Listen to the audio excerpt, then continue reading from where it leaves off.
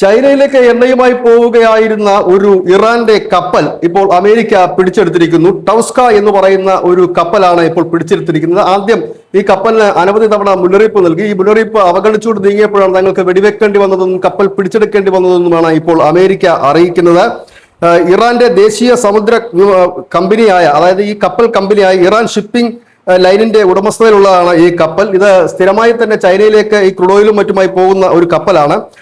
AIS ട്രാൻസ്പോണ്ടറുകൾ of ചെയ്തിട്ടാണ് ഈ കപ്പൽ സഞ്ചരിച്ചത് എന്ന് പറയുന്നു. ഇതിന്റെ ദൃശ്യങ്ങൾ ഇപ്പോൾ അമേരിക്ക പുറത്തുവിട്ടിട്ടുണ്ട്. ഇതോടുകൂടി തന്നെ കഴിഞ്ഞ ദിവസം ഇന്ത്യയുടെ കപ്പലിന് നേർക്ക് ഇറാന്റെ വെടിയുണ്ടായിരുന്നു. ഇപ്പോൾ ഇതാ ഇറാന്റെ ചൈനയിലേക്ക് പോവുകയായിരുന്ന ഒരു കപ്പലാണ് ഇപ്പോൾ അമേരിക്ക പിടിച്ചത്. അതായത് അത്യന്തം സംഘർഷഭരിതമായിട്ടുള്ള ഹോർമുസ് കടലിടുക്കിൽ ഇപ്പോൾ കൂടുതൽ രാജ്യങ്ങൾ അറിഞ്ഞും അറിയാതെയും ഒക്കെ പങ്കെടുക്കുന്ന ഒരു സാഹചര്യത്തിലേക്ക് ഇപ്പോൾ മിഡിൽ ഈസ്റ്റ് മാറുകയാണ്. News desk news India Malayalam.